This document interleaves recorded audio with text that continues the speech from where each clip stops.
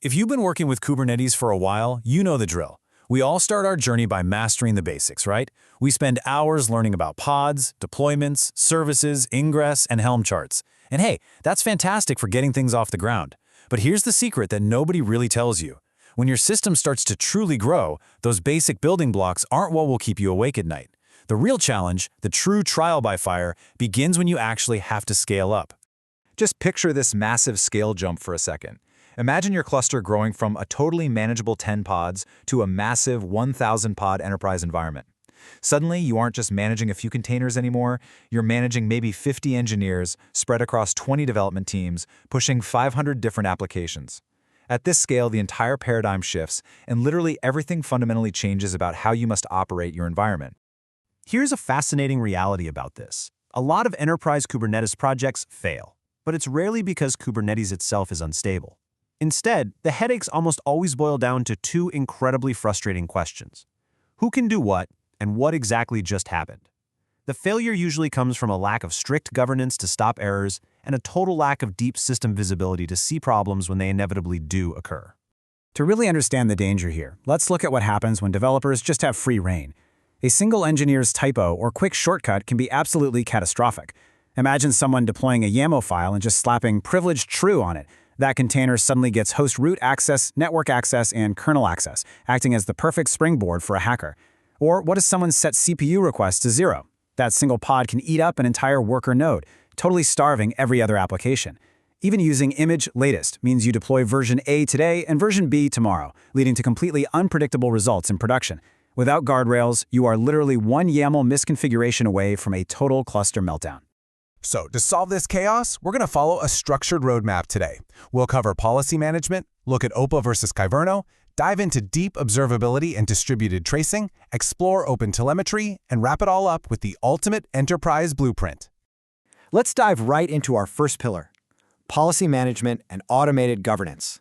The core mechanism Kubernetes uses to achieve this is called the admission controller. I want you to think of it like your enterprise Kubernetes customs gate. When a developer runs a kubectl apply, that plain text goes to the API server, and before it ever reaches the cluster's etc data store, it has to pass through customs. If a resource violates a rule, like say requesting privileged access, it is immediately rejected right at the border, no exceptions. Now, for a long time, OPA Gatekeeper was the absolute standard for writing these rules. But here's the catch. It requires learning a complex programmatic language called Rego. Contrast that with Kyverno, which has seen its enterprise adoption absolutely skyrocket. Why? Because it uses native, simple YAML. The learning curve for your engineering teams completely drops off when they can just write a plain rule stating, must specify limits. It's just so much more approachable. So what exactly can these policies restrict? Well, practically everything. You can lock down security by forbidding root or privileged containers entirely. You can enforce resource hygiene by strictly limiting CPU, memory, and storage. You can control image policies so that you only allow specific signed registries and completely forbid that dangerous latest tag we talked about. And most impressively, you can map these rules directly to compliance frameworks, automatically ensuring your cluster meets the strict requirements for ISO 27001, PCI DSS, or SOC 2. It's incredibly powerful. Moving on to Pillar 2, deep observability. Because eventually, despite your best policies, things are going to break. Now, a lot of people confuse monitoring with observability, but they really operate on completely different levels. Monitoring is basic. It simply answers the question, is the system broken? It gives you an alert when your CPU spikes. Observability, on the other hand, answers the much harder question, why is it broken? It provides the deep, relational context you actually need to fix the underlying issue.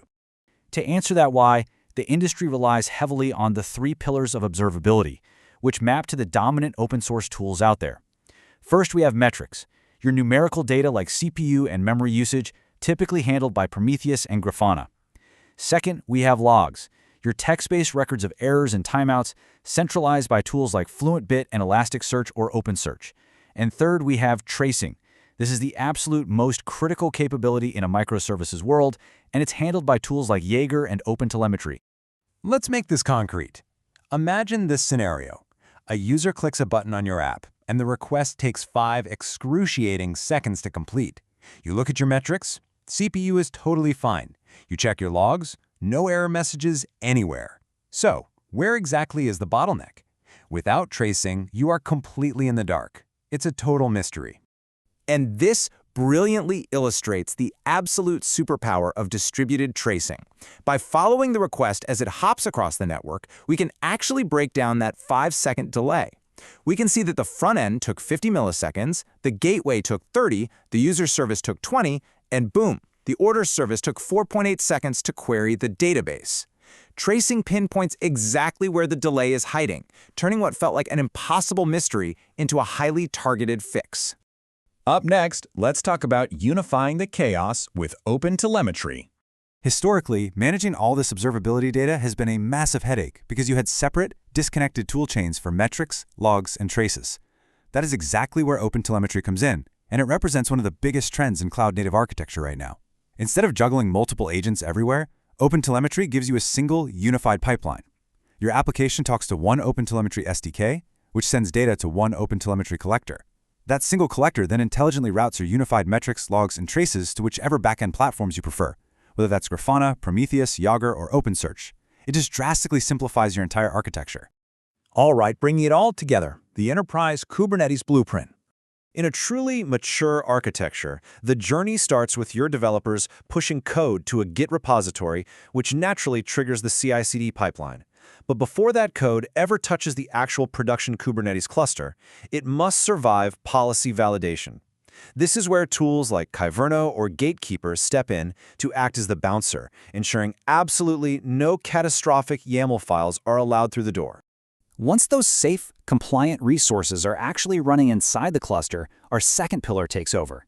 The cluster is continuously outputting its metrics, logs, and traces down into your observability platform. So if anything goes sideways at runtime, you instantly have the rich context required to find those hidden root causes. And that brings us to the core thesis of this whole explainer. If you want to successfully manage hundreds of engineers and thousands of pods, you have to realize that policy prevents errors from entering the system, while observability makes the invisible problems visible. You literally cannot lack either. Mastering these two distinct pillars is the exact moment your setup evolves from a basic container runner into a robust, secure, and truly reliable enterprise platform. Which leaves us with a pretty important question to ask yourself today. Is your cluster truly operating as a governed, observable enterprise platform, or are you currently operating in the dark, just one YAML typo away from a total system collapse? I highly encourage you to audit your own environments based on this blueprint. And if you found this breakdown valuable, be sure to engage and stick around for more deep architectural insights in our next explainer. See you then.